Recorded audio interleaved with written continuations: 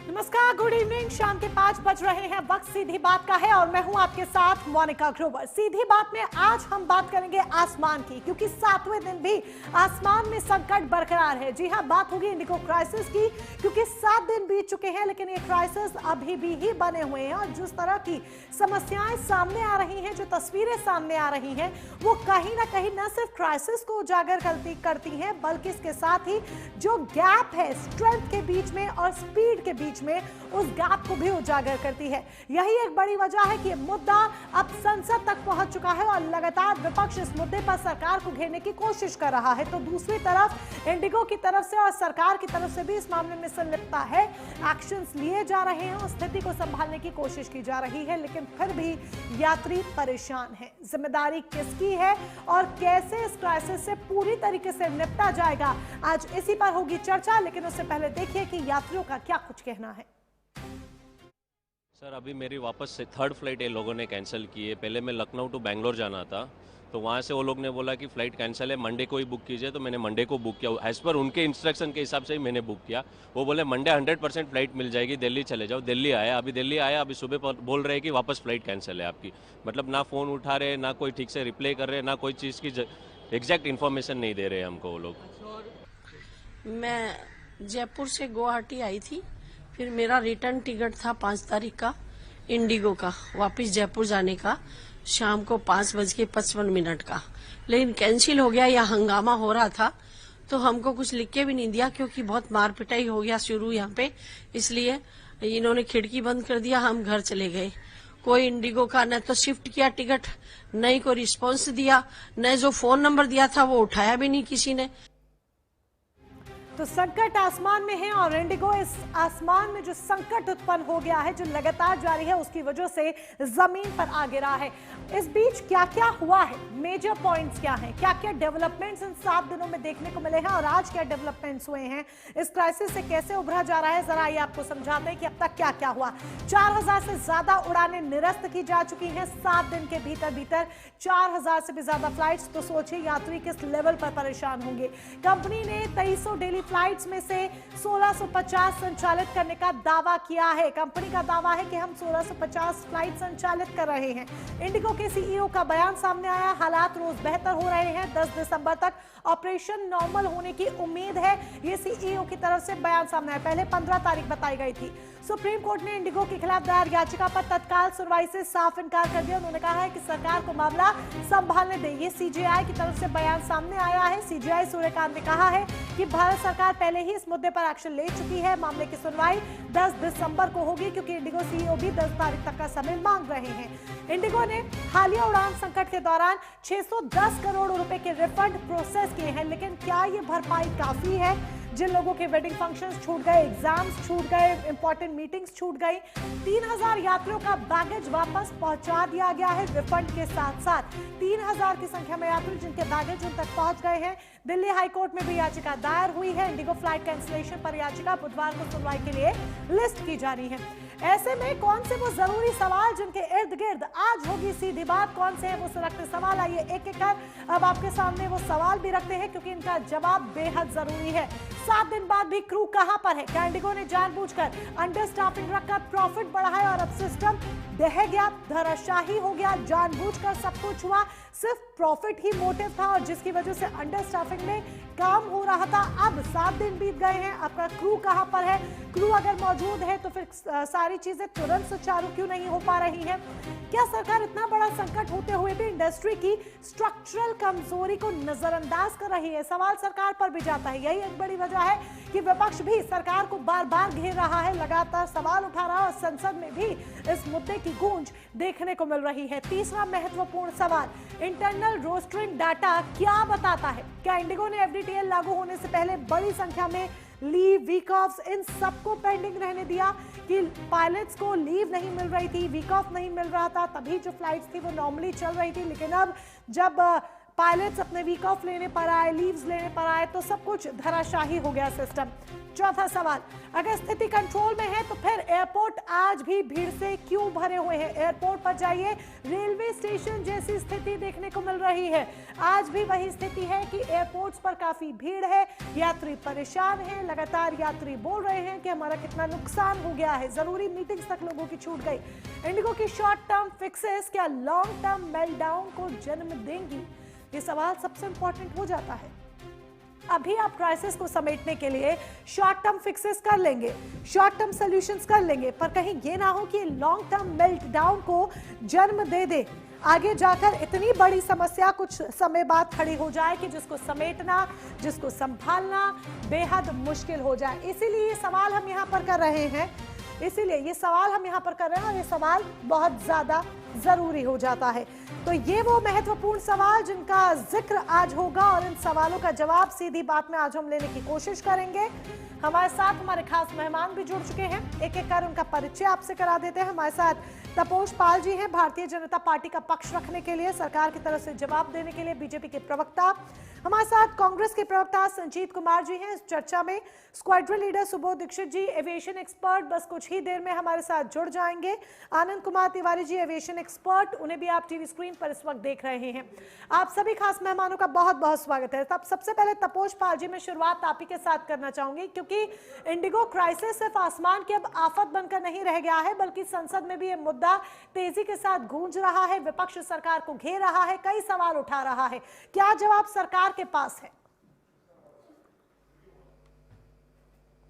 देखिए, सरकार ने इस पे जितनी त्वरित कार्रवाई हो सकती है वो किया उन्होंने, और अभी भी इंडिगो पे पूरी तरीके से निगरानी रखी जा रही है, उनको सारी चीजें कही जा रही हैं। जैसा आपने अपने रिपोर्ट में भी दिखाया कि 75% फ्लाइट जो है वो न्यू नॉर्मल पे वो आ रहे हैं, और 1650 फ्लाइट्स में उसको संडे तक वो दोबारा उसको ठीक करने की कोशिश कर रहे हैं। देखिए, जो सरकार और 615 करोड़ के आसपास, ये 610 करोड़ के आसपास अभी तक उन्होंने रिफंड किया, और 3000 बैगेजेस उसको डिलीवर किए हैं। तो ये सरकार ने अपने तौर पे इन सारी चीजों को रखा था। देखिए, सभी यात्रियों के निलंबित रिफंड वो तुरंत दिए जाए, किराए में मनमानी और बढ़ोतरी उस पर रोक लगी, सभी मिस प्लेस्ड और जो भी लॉस्ट बैग्स हैं उसको 24 घंटे के अंदर अंदर पहुंचाएं। फ्लाइट्स ऑपरेशन बुधवार तक 75% सामान्य करने का जो लक्ष्य है, उसमें 7 लाख यात्रियों में से 73,000 प्रभावित हुए, 17,000 को मुआवजा मिला है, 11,000 को होटल और भोजन वो प्रोवाइड कराए गए हैं, और 9,000 को फुल रिफंड। और इस पे भी जो है हमारी रेगुलर मीटिंग्स इंडिगो के साथ चल रही है। डीजीसीए की साफ चेतावनी है, जरूरत पड़े तो इंडिगो को पीछे खींचकर, और जो बाकी एयरलाइंस है उनको ये सारी चीजें भार जो है वो संभालने की जिम्मेदारी दी जाएगी। उनको सीधा जो अन्य एयरलाइंस है उनको उनकी क्षमता बढ़ाने के निर्देश दिए जाएंगे, और उसके हिसाब से वो आगे काम करेंगे। तपोष, कदम तो यानी कि तमाम उठाए जा रहे हैं, सरकार गंभीर है इस मुद्दे को लेकर, लगातार 24/7 कंट्रोल रूम भी चलाया गया है, आपकी तरफ से यात्रियों की समस्याएं भी सुनी जा रही हैं, समाधान भी किया जा रहा है, अन्य कदम भी जिस तरह से आपने बताया उठाए जा रहे हैं। लेकिन फिर भी 7 दिन एक लंबा वक्त होता है, 7 दिन हो गए, अभी भी यात्रियों की इतनी शिकायतें आ रही हैं, तो लगता नहीं थोड़ा बकला पौ करने की नीड है और सोल्यूशंस निकालने की नीड है? और वो भी एक ऐसे वक्त पर जब इंडिगो ये कह रहा है कि हमने 1630 के करीब जो फ्लाइट्स हैं वो संचालित कर दी हैं। अगर संचालित कर रही हैं तो भी एयरपोर्ट्स पर ऐसी स्थिति अभी भी क्यों उत्पन्न है? देखिए, इसके बारे में मैं पहले भी बता चुका हूं आपको कि ये जो मेन जो समस्या है वो जो एयरबस 8320 उसमें जो सॉफ्टवेयर अपग्रेड होना है, रेडिएशन की जो प्रॉब्लम आई थी उसके कारण पूरे दुनिया भर के 6000 विमान वो प्रभावित हुए हैं, और उसके कारण जो है ये अचानक से ये सारी चीजें आई हैं। उसको ग्राउंडेड करने के लिए, क्योंकि पूरे वर्ल्ड वाइड ये प्रॉब्लम सामने आई थी, और उसके बाद पूरे दुनिया के लोग जो हैं वो इसको ग्राउंडेड किए हैं। जब मतलब उसमें America, Germany, UK, Colombia, New Zealand, इन्होंने सबने ग्राउंडिंग किया और करीब 6000 फ्लाइट्स जो हैं वो इससे प्रभावित हुए। इसको जो एयरबस यूरोपियन कंपनी, उसके सॉफ्टवेयर में सोलर रेडिएशन और डेटा करप्शन का रिस्क निकला है, जिसके कारण एक्सीडेंट्स होने के संभावनाएं थी। तो जब तक ये अपग्रेड नहीं हो जाता है और इसको वापस से मतलब टेस्टिंग करने के बाद उसको वापस से नहीं लाते हैं, वो चीजें नहीं होती। ये 350 प्लेनें हमारे पास है इंडिया में और 3000 प्लस अमेरिका यूरोप में है और 1500 प्लस साउथ अमेरिका और एशिया पैसिफिक में है। सबने ग्राउंडिंग किया है और ये सोलर रेडिएशन ग्लिच, इससे पूरा मामला ये जुड़ा हुआ बताया जा रहा है। लेकिन मेरे कहने का ये है कि अगर इस तरीके की कोई ग्लिच है तो इसके लिए एयरबस ने पहले ही इसके बारे में चेता दिया था। ये इंडिगो को अपग्रेड करना चाहिए था अपने सिस्टम। हम तो चला नहीं रहे हैं इंडिगो को। इंडिगो जो चला रहा है, इंडिगो के सीईओ के जो स्टेटमेंट्स आए और उन्होंने जो प्रेस कॉन्फ्रेंस किया, वो बड़ा मतलब ऐसा लग रहा था कि लाचार टाइप के वो व्यक्ति हैं, वो कुछ कर ही नहीं पा रहे हैं, उनके हाथ में कुछ नहीं है। तो भाई आप जब इतनी बड़ी कंपनी रन कर रहे हैं और पूरी की पूरी 80% आप 60% ट्रैफिक आप इंडिया का रखे हुए हैं, तो आपकी रिस्पॉन्सिबिलिटी। लेकिन आरोप तो ये भी लग रहा है कि सरकार अब झुक गई है, एफडीटीएल वापस लेने पड़े, जो ढील दी थी वो ढील वापस लेनी पड़ी, इस तरह के आरोप लग रहे हैं। सोशल मीडिया पर इस तरह की चर्चा हो रही है, विपक्ष भी आपको घेर रहा है, आप गेंद पूरी तरीके से इंडिगो के पाले में डाल रहे हैं। नहीं, ऐसा नहीं है। देखिए, हमने पूरी तरीके से चीजें जो हैं, देखिए कई चीजें हुई इस बीच। मैं पहले सबसे पहले ये बता दूं कि ये दुनिया का सबसे बड़ा रिकॉल है अभी तक का। 6000 विमानें जो प्रभावित हुई, उसमें लुफ्तांसा, अमेरिकन एयरलाइंस, एवियन का, इजी जेट, ये सब ने ग्राउंडिंग किया इसमें। ठीक है, ये कोड की प्रॉब्लम है और ये जो भी उसमें वो अपग्रेड करें, वो सॉफ्टवेयर उनका टेक्निकल इशू है, ग्लिच है वो। लेकिन ये जो प्रॉब्लम आई, उससे पहले एफडीटीएल का जो नॉर्म्स था, उसमें ये कहा गया था कि आप ज्यादा आप जो है मतलब जो फ्लाइट्स है और जो रोस्टरिंग की बात की जा रही है, उसमें जो केबिन क्रूज है, उनको आपको इतने मिनिमम रेस्ट देने की आवश्यकता, उससे ज्यादा अगर आप करते हैं तो फटीग की संभावना हो सकती है। इसको अगर सिर्फ इस चीजों को एफडीटीएल की अगर आप बात लेते हैं, अगर सिर्फ इसको नहीं माना है इंडिगो ने, तो बहुत ज्यादा होता, तो 50 फ्लाइटें प्रभावित होती या 100 उड़ाने, फ्लाइट्स नहीं, उड़ानों में प्रॉब्लम्स आती। लेकिन ये जो अचानक से हुआ, ये था कोड की प्रॉब्लम। तो 300 फ्लाइट्स जो हैं वो इंडिगो के पास है अभी। तो 300 फ्लाइट्स में अगर प्रॉब्लम आती है, एक फ्लाइट दिन भर में 4 चक्करें लगाता है, तो 1200 उड़ाने उस दिन रद्द हुई थी, जो पहले दिन की प्रॉब्लम आई। तो ये प्रॉब्लम ही वहीं से आई थी। लेकिन फिर से मैं यही कहूंगा कि ये फिर से इंडिगो की ही दिक्कत है, क्योंकि इंडिगो इन सब चीजों को देख रहा है। हमें अपने यात्रियों को, अपने जो हमारे पायलट्स हैं, जो हमारे केबिन क्रूज हैं, वो कोई बाहर से नहीं आए हैं, हमारे अपने लोग हैं। तो उनकी जो सुरक्षा है, उनके जो हेल्थ इश्यूज हैं, वो सारी चीजों को देखभाल करना, वो भी हमारा ही दायित्व है। ठीक, मैं लौटूंगी आपके पास। हम लोगों ने कंटिन्यूअसली काम किया है। ठीक है, सरकार ने उस दिशा में काम किया है, ये आपका कहना है, और एविएशन सेक्टर में लगातार सरकार सजग है।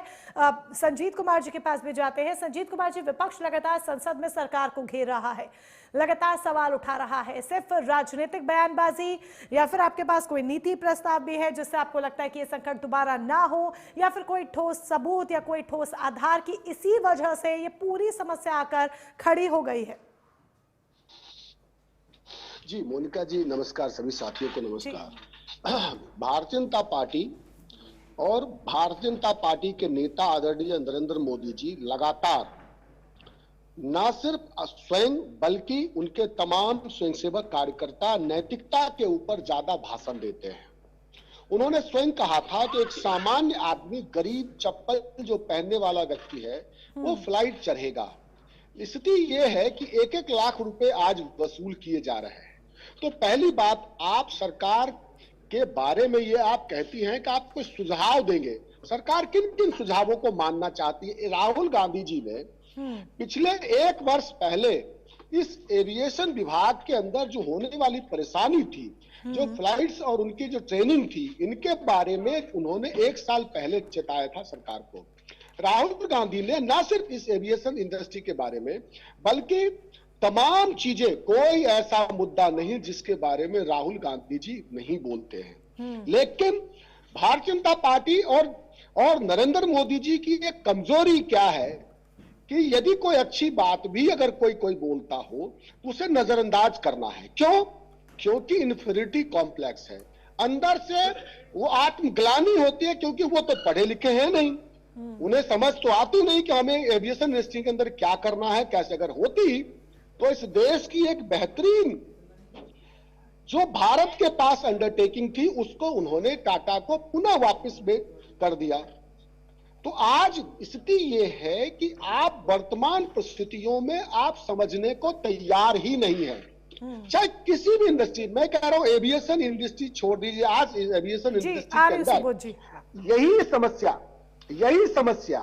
यही समस्या यदि विदेशों में या अन्य जगहों पे होती तो सरकार क्या करती? एक बहुत भारी भरकम पेनाल्टी उस एजेंसी के ऊपर डालती और उस पेनाल्टी के साथ उनको रिकवर करती। आज स्थिति क्या है, इसके ऊपर नहीं करते। क्यों नहीं करेंगे? क्योंकि प्रधानमंत्री कार्यालय में उनके चहेते मंत्री आज इंडिगो की बोर्ड के अंदर है, अमिताभ कांत। तो क्यों करेंगे?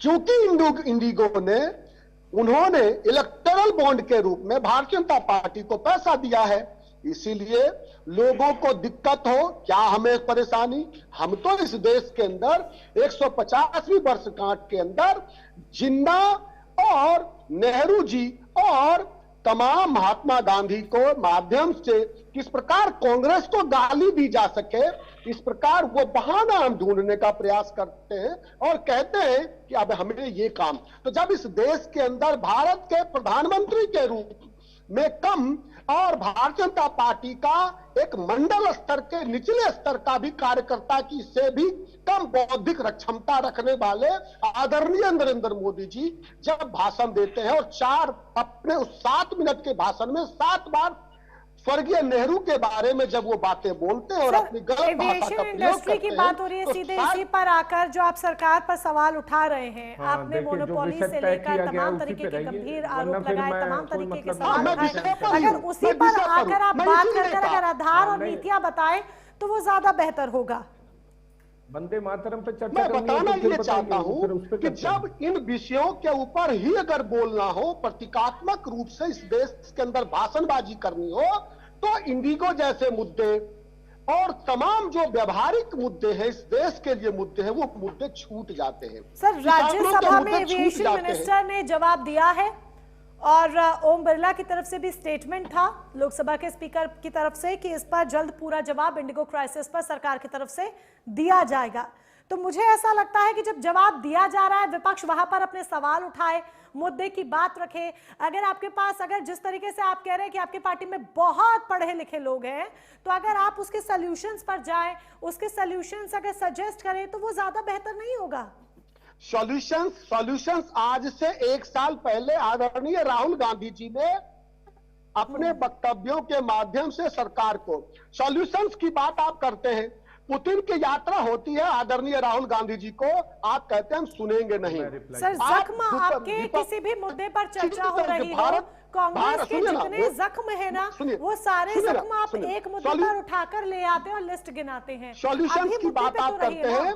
ऑपरेशन सिंदूर के दौरान, जी बोलिए, सुन पा रहे हैं आपको संजीत जी, बात पूरी कीजिए, आवाज मिल रही है मेरी? तो सॉल्यूशंस जब विपक्ष सॉल्यूशंस देता है, उसको विपक्ष की बातों को रद्दी की टोकरी में डाल करके जब स्वयं अपनी आत्म प्रभा में अगर लीन होंगे तो सॉल्यूशंस नहीं आपको समझ में आएगी। आपको लोगों की बात सुननी चाहिए, आपके लोगों की बातों का कदर करना चाहिए। स्थिति यह है कि सत्ता में बैठे लोग सत्ता के नशे में इतने चूर हो चुके हैं कि वह औरों की बात अब सुनना समझना बंद कर चुके हैं। ठीक है, आपका ये कहना है कि सरकार बिल्कुल किसी और चीज पे ध्यान नहीं दे रही है और विपक्ष भी अगर सजेशंस देता है तो उस पर आप जवाब सरकार नहीं सुनती है। चलिए मैं लौटूंगी आपके पास और सुबोध दीक्षित जी भी हमारे साथ है। सुबोध जी, आप कुछ कहना भी चाह रहे थे और सवाल ये भी मेरा आपसे, आप अपनी बात भी कहिए जो आप कहना चाह रहे थे। क्या ये वाकई में प्रॉफिट अंडर स्टाफिंग की कमी है? हालांकि जो कमियां हैं उस पर हम पहले चर्चा कर चुके हैं, आप पहले भी मेरे साथ डिबेट में जुड़े थे, आपने उस पर चर्चा की। स्केड्यूलिंग में गलती हुई, रोस्टर में गलती हुई, पायलट्स की कमी थी, इन सब पर हमने चर्चा की। बट अगर टेक्निकल पॉइंट हम बात करें तो क्या ये वाकई में प्रॉफिट अंडर स्टाफिंग की दिक्कत है? जी नमस्कार मेरे सभी दर्शकों को। और मैं इस पूरे प्रकरण में बहुत सीधी तरीके से एक गणित होती है, बहुत सीधी तरीके से सभी की अंडरस्टैंडिंग के लिए बता देता हूँ। देखिए, जो भी पायलट होते हैं उनका किसी भी एविएशन एयरलाइन से एक कॉन्ट्रैक्ट होता है। तो उस कॉन्ट्रैक्ट में मिनिमम आप 70 घंटे आपको उड़ाना है और वो 70 घंटे अधिकतर आप 100 घंटे तक उड़ा सकते हैं यदि कोई इमरजेंसी पड़ जाए। इसके बाद में वो 70 घंटे पूरे करने के लिए एक पायलट को औसतन 13 से 15 दिन तक का समय लगता है। अब यहां से हम सिंपल समझते हैं, डीजीसीए ने बोला कि आप एक हफ्ते में 2 बार छुट्टी दे दीजिए, यानी कि 4 हफ्ते होते हैं तो 8 दिन आप हटा दीजिए, यानी कि 30 में से 8 हटा दिए तो 22 दिन उसको काम करना है। यानी कि कॉन्ट्रैक्ट के हिसाब से पायलट को 22 दिन में वो 70 घंटे पूरे करने हैं। अब वो जो 22 दिनों में 70 घंटे पूरे करने हैं, उसको पूरा करने के लिए औसतन 13 से 15 दिन का समय लगता है। यानी कि वो 6-7 दिन का जो समय बचता है वो भी वो स्टैंड बाय पर रहता है, ताकि अन्य पायलट बीमार हो गया, इमरजेंसी हो गई या उसने रिजाइन दे दिया तो मैं जाके उसकी ड्यूटी कर सकूं। अब आते हैं विदेशों पर। विदेशों में एयरबस और जो अच्छी कंपनी है उनके पायलट यही जो 70 घंटे हम जो कॉन्ट्रैक्ट करते हैं वो 35 घंटे का करते हैं, और उस 35 घंटे को करने के लिए वो 8 से 10 दिन का समय लेते हैं। तो पायलट एसोसिएशन की यही मांग थी कि जब विदेशों में फैटीग को, फ्लाइट सेफ्टी को ध्यान में रखते हुए 35 घंटे के आवर्स हैं, तो हमारे देश में 70 घंटे के आवर्स हैं। उस 70 घंटे में भी हमें कोई दिक्कत नहीं है, लेकिन हमें एक हफ्ते में 2 दिन की छुट्टी जरूर चाहिए। 48 घंटे की छुट्टी ना देकर के इंडिगो 36 घंटे की छुट्टी देता था। तो उसमें क्या होता था कि एक पायलट को अपने बच्चे के एडमिशन, माता पिता की दवाई, घर का खर्च, किसी मीटिंग में जाना, किसी शादी में जाना, कुछ फंक्शन अटेंड करना, वो सब 36 घंटे का ही उसके पास समय रहता था। तो हिंदुस्तान में फ्लाइट सेफ्टी को ध्यान में रखते हुए इस सरकार ने दिसंबर 24 में इसी बात को पायलट इंडिगो के और सारी एविएशन कंपनीज को रखा कि आप अपने पायलटों को इसी गणित के अनुसार 2 दिन की छुट्टी दीजिए। इंडिगो को लगा कि भाई अगर इसको हम ऐसा करेंगे तो फिर हमें और पायलट लेने पड़ेंगे और पैसा जाएगा। तो उन्होंने उसी हालात में कम पायलट के साथ में फ्लाइट सेफ्टी से खिलवाड़ करते हुए, मेंटेनेंस से खिलवाड़ करते हुए, एक ह्यूमन फैक्टर से खिलवाड़ करते हुए अपनी फ्लाइट को जारी रखा। और उन्होंने सरकार पर दबाव बनाने की प्रयास किया कि जब नवंबर दिसंबर का महीना आएगा और जब विजिबिलिटी कम होगी, जब हमारे पास पायलट ऑलरेडी कम है, तब हम धीरे धीरे फ्लाइट कैंसिल करेंगे तो सरकार दबाव में आ जाएगी। तो यहाँ पर मैं अपने दोनों पार्टी के प्रवक्ता को कहना चाहता हूँ कि भले ही ये मुद्दा जो है आपसे राजनीतिक तौर पे सीधे कनेक्टेड ना हो, एविएशन के तौर पे हो, लेकिन ये जो गणित है ये आम जनता तक सब पहुंचानी बड़ी जरूरी है। और ये बताना बड़ा जरूरी है कि ये इंडिगो के लिए बहुत महान काम नहीं था कि वो इस सेफ्टी को ध्यान में रखते हुए इस पायलटों को लाएं। क्यों? क्योंकि आज इस डिबेट में बैठे हुए हम सभी लोग कल न कल किसी जहाज में बैठे होंगे, तो वो जो पायलट होता है जिसको ग्रेविटी के अगेंस्ट में उड़ना पड़ता है, उसके सेंसेस लॉस होते हैं, उसको सोचने समझने और डिसीजन लेने की वो क्षमता, एक समय आता है डिसीजन लेने की क्षमता पर प्रभाव पड़ता है। खुद एयर ट्रैफिक कंट्रोल सिस्टम भी यही होता है। मैं अपने दर्शकों को बताऊं कि एयर ट्रैफिक कंट्रोलर हूं मैं, और एयर ट्रैफिक कंट्रोलर दुनिया में जितने प्रोफेशन होते हैं उसमें second most stressful and highly paid job है। आपको 1 सेकंड में एक डिसीजन देना और वो गलत नहीं हो सकता, उसको सही ही करना है। तो जो आपने क्वेश्चन पूछा था कि ये जो इंडिगो ने इस तरीके से किया अंडर स्टाफिंग की, बिल्कुल आपने सही क्वेश्चन पूछा और इसका आंसर बिल्कुल यही है।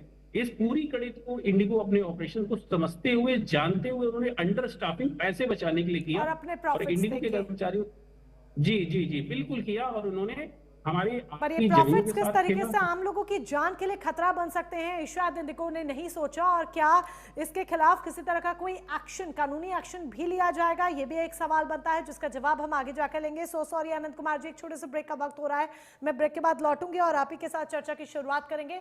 एक छोटा सा ब्रेक यहाँ पर, ब्रेक के उस पास सीधी बात जारी रखिए। तो सीधी बात में आज हम बात कर रहे हैं इंडिगो क्राइसिस की, क्योंकि इस पर चर्चा करना इसीलिए जरूरी, ये जनहित का मुद्दा है और सीधे यात्रियों से जुड़ा मुद्दा है। नुकसान यहाँ पर सबसे ज्यादा यात्रियों का हुआ है, जनता का हुआ है। किसी का वेडिंग फंक्शन था, किसी का कोई फैमिली फंक्शन था, किसी का कोई एग्जाम था, किसी की कोई जरूरी बिजनेस मीटिंग थी, किसी को अपने वेकेशन पर जाना था, तो किसी को कोई और वजह से एक जगह से दूसरी जगह अपने गंतव्य तक पहुंचना था। लेकिन ये सब कुछ नहीं हो पाया, पूरा सिस्टम धराशाही हो गया है। संकट इतना बड़ा आकर खड़ा हो गया है कि यात्री इस वक्त खून के आंसू रो रहे हैं, और ये जो खून के आंसू हैं शायद उनकी जिंदगी भर का नुकसान है, जिसकी भरपाई कौन कर पाएगा, कैसे कर पाएगा और कब इन्हें राहत मिलेगी, ये वो गंभीर सवाल जिनके जवाब बेहद जरूरी हैं। और इसी पर कर रहे हैं आज हम सीधी बात। अपनी चर्चा को आइए आगे बढ़ाते हैं। हमारे साथ तपोष पाल जी हैं बीजेपी की तरफ से, संजीत कुमार कांग्रेस का पक्ष रखने के लिए, स्क्वाड्रन लीडर सुबोध दीक्षित जी और अनंत कुमार तिवारी जी एविएशन एक्सपर्ट हमारे साथ इस चर्चा का हिस्सा हैं। अनंत कुमार तिवारी जी, अब मैं आपके पास आना चाहूंगी। हम प्रॉफिट का बात कर रहे थे, प्रॉफिट की, और देखिए ये सुबोध जी ने भी क्लियर किया कि ये कहीं ना कहीं प्रॉफिट की वजह से ही इंडिगो का पूरा खेल था। तो ये इंडिगो की 60% मार्केट शेयर, हालांकि अभी जो शेयर वैल्यू है वो धीरे धीरे गिर रही है, 60% ऑलमोस्ट मार्केट शेयर, क्या इसी की वजह से ये पूरी एयरलाइंस है जो चल रही थी और ये प्रॉफिट धड़ल्ले से इस तरीके से बनाया जा रहा था कि जनता की जान की कीमत को भी दरकिनार किया जा रहा था? सभी साथियों को हमारा नमस्कार। और आपने बिल्कुल दुखती रग में हाथ रख दिया है। ये सारा खेल जो है कि भारत की उभरती हुई अर्थव्यवस्था की जो सीढ़ी बन रही है, इसको किस तरह से डैमेज किया जाए। इंडिगो के जो सीईओ हैं विदेशी हैं, आके उन्होंने छोटी सी बात कर दी कि मैं असमर्थ हूं, ऐसा हो गया है और वैसा हो गया है। किसी ने ये नहीं सोचा कि यात्रियों की जो जान पे संकट आई, कि व्यक्ति बड़ौदा का रहने वाला है, उसको जाना था सिलचर, उसका सामान पहुंचा दिया श्रीनगर, और अब वो जाए कहां? और 7 दिन पहले से चल रहा है, और सीईओ साहब का कहना है कि 10 तारीख तक, 12 तारीख तक ये चीजें सामान्य हो जाएंगी।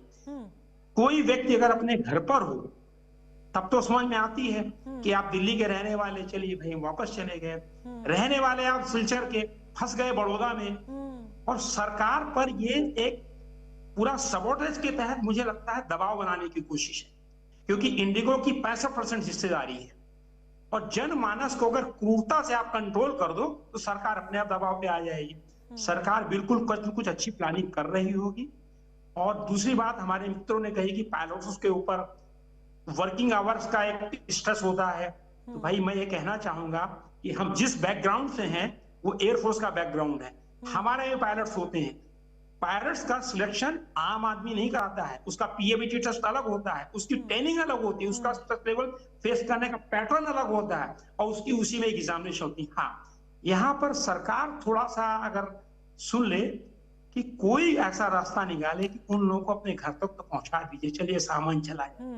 बच्चियां, आपने सुना होगा, मैं शब्द नहीं कह सकता हूं क्योंकि आप भी मेरी बच्ची जैसी हैं, एक पिता अपनी बेटी के लिए क्या मांग रहा था, मेरी आंखें शर्म से झुक गई कि क्या जवाब दूं उसको, मैं क्या सुनूं मैं उसको। ये छोटी सी व्यवस्था नहीं कर पा रहे हैं हम। 140 करोड़ की हमारी व्यवस्था है, हम विदेशों से लोगों को निकाल के ला सकते हैं, लेकिन अपने देश में बाहर नहीं ले जा सकते, अपने घरों में नहीं पहुंचा सकते। और सबसे वर्स्ट कंडीशन तो रेलवे स्टेशन की हो रही है, वहां भी होने वाली है, क्योंकि कोई भी व्यवस्था इसके लिए तैयारी नहीं थी कि इतना बड़ा झटका इंडिगो हमको देगी। यस, गवर्नमेंट की आंखें खुलनी चाहिए और खुलेंगी। कि सबसे बड़ी बात, इनकी जो मोनोपोली है 65%, मतलब 33-34% से ज्यादा नहीं जाने देना चाहिए, ताकि हमारे पास बी प्लान हो। आज हम इस स्थिति में तो प्लान भी है ही नहीं। और साहब ने बोला कि रेडिएशन था, सेफ्टी हजार्ड थे, ये तो रोज थे। फर्स्ट डे जिस दिन शट डाउन, जिस दिन ग्राउंडेड हुए हम लोग, क्या उससे 1 घंटे पहले ये चीजें नहीं थी? ये हम बहाने ढूंढ रहे हैं। हमारा बस यही निवेदन है कि सभी यात्रियों को जितनी जल्दी हो सके, जिस भी साधन से सामान शायद वो छोड़ देंगे, उनको घर तक पहुंचाए। बाकी एविएशन एक्सपर्ट यहाँ पर कोई काम नहीं कर सकते हैं, क्योंकि जनमानस फंसा हुआ है, उसकी सुरक्षा की बड़ी चिंता हो रही है। जी वो कहाँ जाए? बिल्कुल। हम आपने आकर के यहाँ पे डिबेट कर ली, हाँ। हमने अपने विचार दे दिए, तो वो साहब ने बता दिया कि स्ट्रेस लेवल है, उन्होंने बता दिया पॉलिटिकल प्रॉब्लम है। यहाँ पर पक्ष विपक्ष राजनीति का मुद्दा नहीं है। आपने बहुत अच्छा शब्द इस्तेमाल किया था कि जनमानस की सुरक्षा सबसे बड़ी पैदा हो गई है, उसका हम क्या करें? बच्चियां हैं, लेडीज हैं, कुछ प्रेग्नेंट होंगी, कुछ किसी क्रिटिकल बीमारी से ग्रसित होंगी, उनके बारे में कोई सोचिए, उस पर कोई डिस्कस ही नहीं कर रहा। क्या बसों से नहीं निकल? इससे अच्छा तुम कोरोना में निकल गए थे। कोरोना काल में हम निकल गए, आराम से बाहर निकल गए, साइकिल ले गए, मोटरसाइकिल ले गए, पैदल चले गए। लेकिन आज यहाँ बिल्कुल जैसे कंफाइन कर दिया हमको, सेलुलर जेल बना के बिल्कुल अंदर पैक कर दिए। तो हम साथियों से ही निवेदन करेंगे, और हमारे बीजेपी के जो प्रवक्ता साहब बैठे हुए हैं, इस सारी चीजों को छोड़कर सबसे पहले उनको गंतव्य तक पहुंचाने के लिए अगर प्रयास करें, हम सफल हो गए तो हम शायद अपनी गलतियों को सुधार ले गए। इंडिगो को तो हम बाद में निपट लें इसी के साथ। तो आनंद कुमार जी ने बहुत सही मुद्दा उठाया यहाँ पर कि प्लान बी क्या है हमारे पास, और तपोज जी वाकई में ये पॉइंट बनता भी है। प्लान बी क्या है? क्या एक ही एयरलाइन की दया पर पूरा देश ये चल रहा है? अगर कोई कहीं पर फंस गया है, होटल रूम्स की व्यवस्था कर दी गई है, उनके रहने की व्यवस्था कर दी गई है, लेकिन अगर कोई कहीं पर फंसा हुआ है तो कैसे वो वहां से वापस आएगा?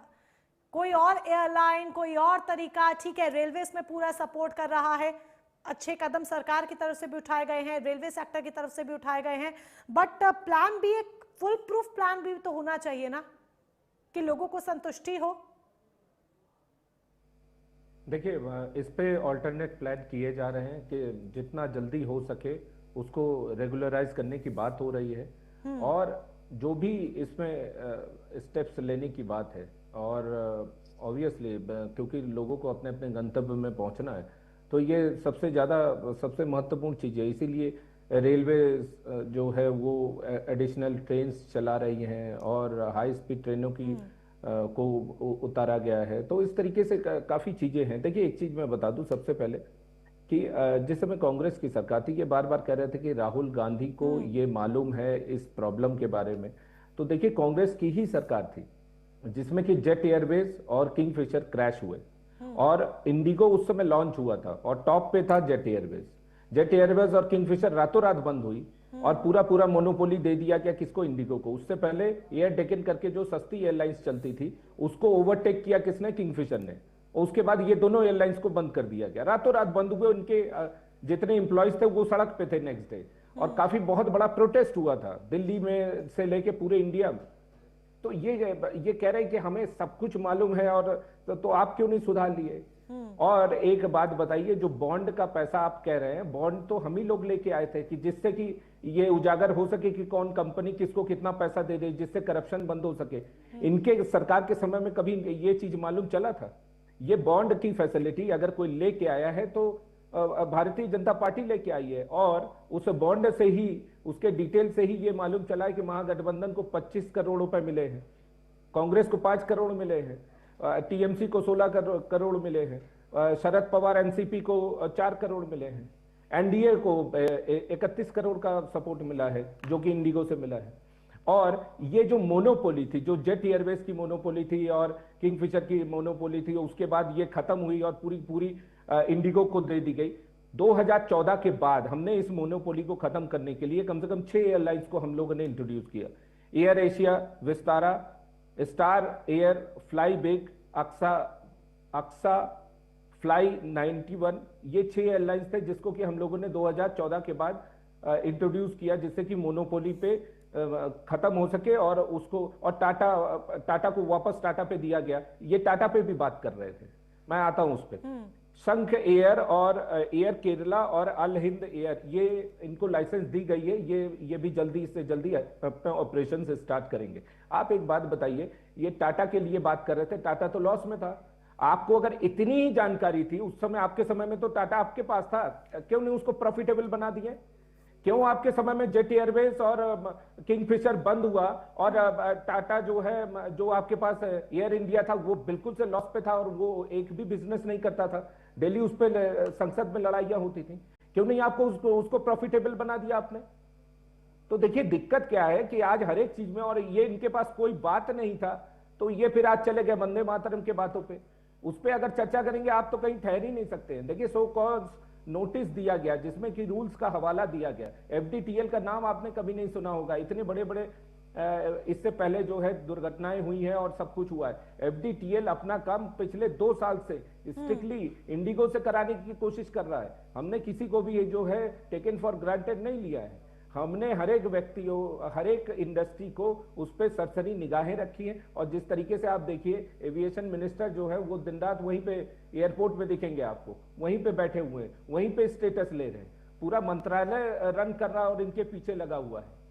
तो आप और जहां तक यात्रियों की दिक्कत की बात हो रही है तो ऑब्वियसली हमने इंडिगो से ये कहा है कि आपको जो है कॉल सेंटर इमीडिएटली सेटअप करने चाहिए थे। आपको लोगों को इन्फॉर्म करना चाहिए था, यहाँ आने से पहले लोगों को बताना चाहिए था कि नहीं आप ये हमारे साथ प्रॉब्लम हुई। और पर सर तपोज जी लूप होल्स तो हुए हैं ना, इस चीज को इग्नोर नहीं किया जा सकता। लूप होल्स तो हुए हैं, इंडिगो को इतना लंबा समय दिया गया, बावजूद इसके इंडिगो ने व्यवस्थाएं की ही नहीं। और ये इस बात को भी उजागर करता है कि आप स्पीड और स्ट्रेंथ के बीच जो एक बड़ा मार्जिन, एक बड़ा गैप रखे हुए थे, उसकी वजह से यात्रियों की जान जोखिम में थी। जो कि वही तो बात की जा रही ना, क्योंकि इसके बारे में हमको जैसे ही इसका अनुभव होना शुरू हो गया था 2014 में, जिस समय हम लोगों ने मोदी जी की पहले जो जब वो शासन में आए उसके बाद से ही तो हम इसको, that's what I am saying कि 6 मेजर एयरलाइंस उसको हम लोगों ने लाइसेंस दिया और 3 और उनको लाइसेंस दिया गया, वो अपने ऑपरेशन अभी स्टार्ट करेंगे। तो कहने का ये तात्पर्य है कि हमने जो ये कह रहे हैं कि इंडिगो के पास पूरा का पूरा बिजनेस था, वो उस चीजों को समाप्त करने के लिए हमने और एयरलाइंसों को पहले से ही इंट्रोड्यूस करके रखा। इसके बारे में हमें मालूम था कि मोनोपोली की प्रॉब्लम आएगी, क्योंकि जिसके पास सारी चीजें आ जाती हैं वो फिर अपने हिसाब से काम करने लगता है, फिर वो अपने आप को जो है सर्वे सर्वा समझने लगता है।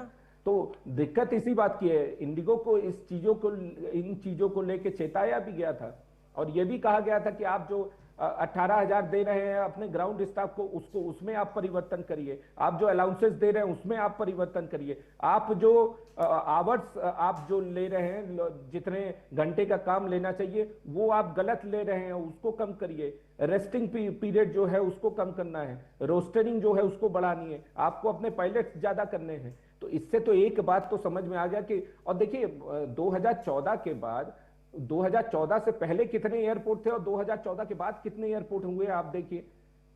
और उसके बाद इंटरनेशनल एयरपोर्टों की संख्या बढ़ी है।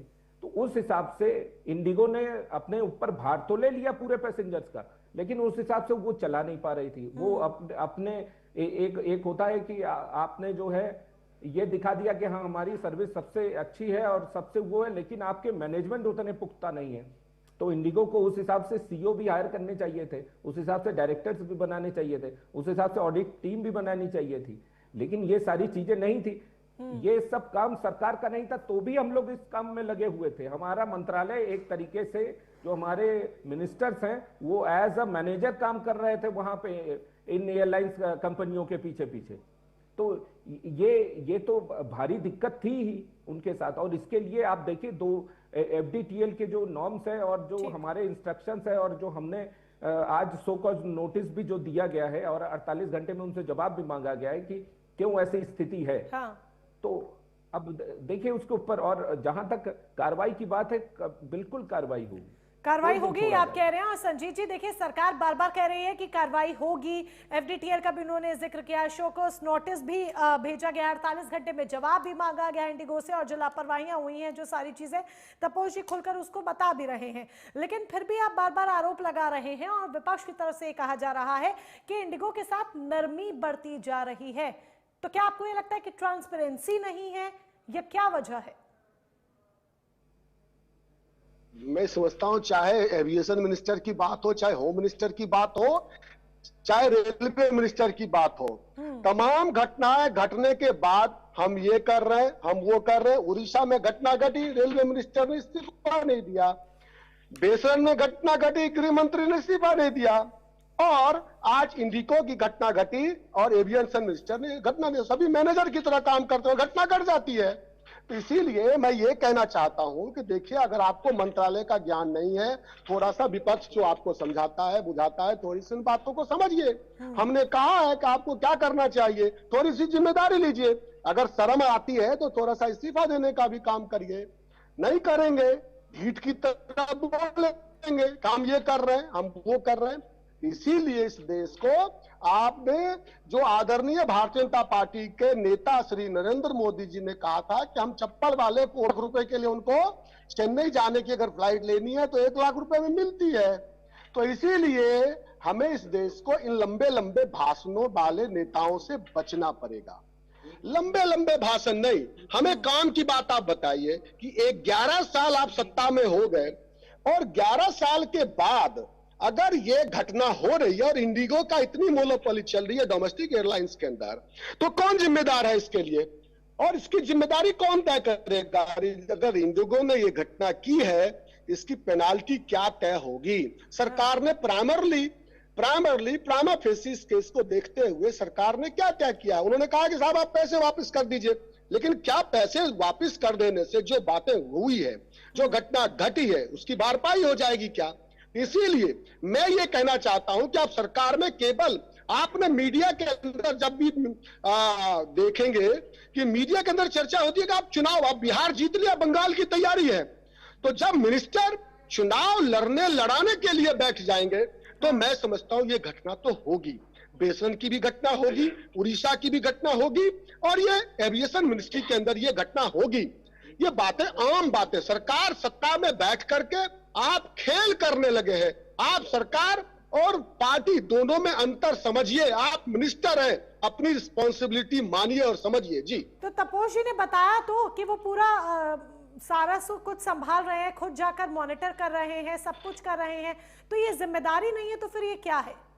अगर ये तमाम स्टेप्स लिए जा रहे हैं, यात्रियों को उनका बैगेज पहुंचाया गया है, रिफंड किया जा रहा है, उनके लिए 24/7 कंट्रोल रूम की व्यवस्था की जा रही है, होटल रूम उनके लिए किए जा रहे हैं, उनको जहां पे वो फंसे हुए हैं वहां से लाने के लिए व्यवस्थाएं की जा रही है, रेलवे इसमें रिस्पॉन्सिबिलिटी ले रहा है, तो ये व्यवस्थाएं नहीं है तो और क्या है? सरकार ये कदम ही तो उठा रही है ना, ये सरकार की तरफ से ही तो कदम उठाए गए हैं, मेरी तरफ से या आपकी तरफ से या एविएशन एक्सपर्ट्स जो हमारे साथ मोनिका जी, थोड़े उठाए गए। मोनिका जी, ये किसी बीमारी का प्री मिटिएशन, प्री रिमेडी नहीं है। ये आप ये बता रही कि जो समस्या आई है उस समस्याओं को हम कैसे थोड़ा सा सामना कर रहे हैं। क्या इन समस्याओं को रोका जा सकता था?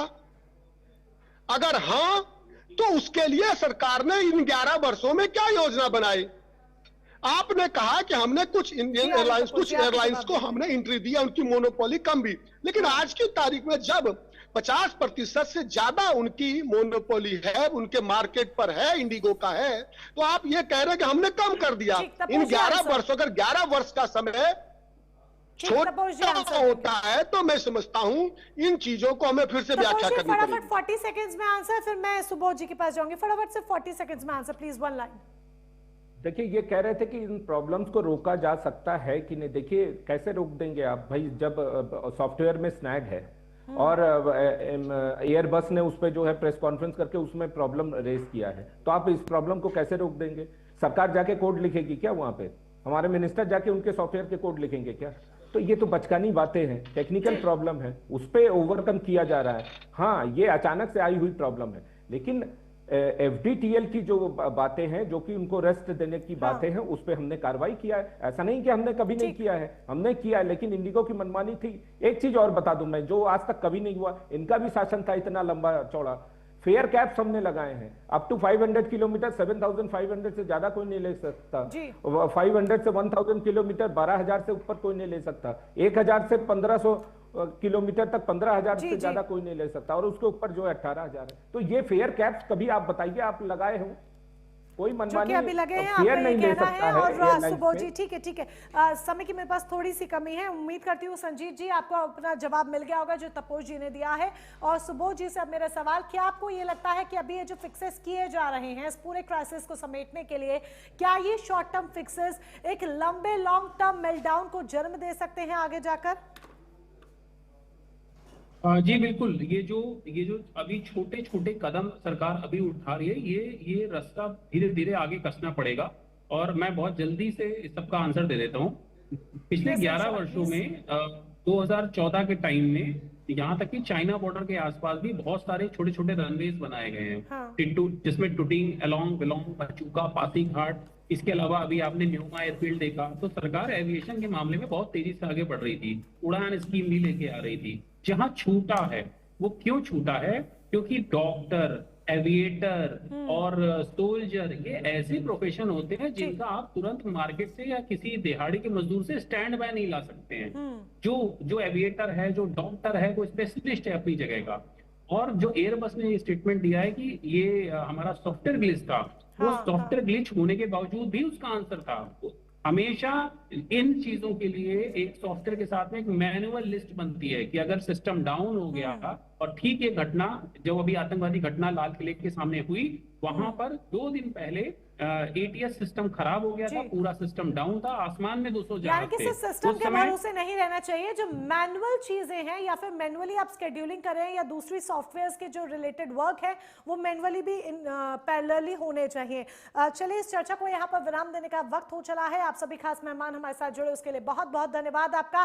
सरकार स्थिति को समेटने की कोशिश कर रही है, आसमान में संकट बरकरार है, इंडिगो जमीन पर आ चुका है और सरकार इसमें आप पूरी तरीके से बकल अप होकर इस क्राइसिस को समेट रही है। तमाम कदम उठाए जा रहे हैं, लेकिन क्या ये शॉर्ट टर्म फिक्सेस एक फिक्स सॉल्यूशन है? कहीं ये ना हो कि आगे जाकर एक लॉन्ग टर्म मेल्टडाउन को ये जन्म दे दे, यही एक बड़ा सवाल है। फिलहाल मेरे साथ बस इतना ही। रात 8 बजे मेरे साथ जुड़ना ना भूलिएगा, देखना ना भूलिएगा बियॉन्ड हेडलाइंस।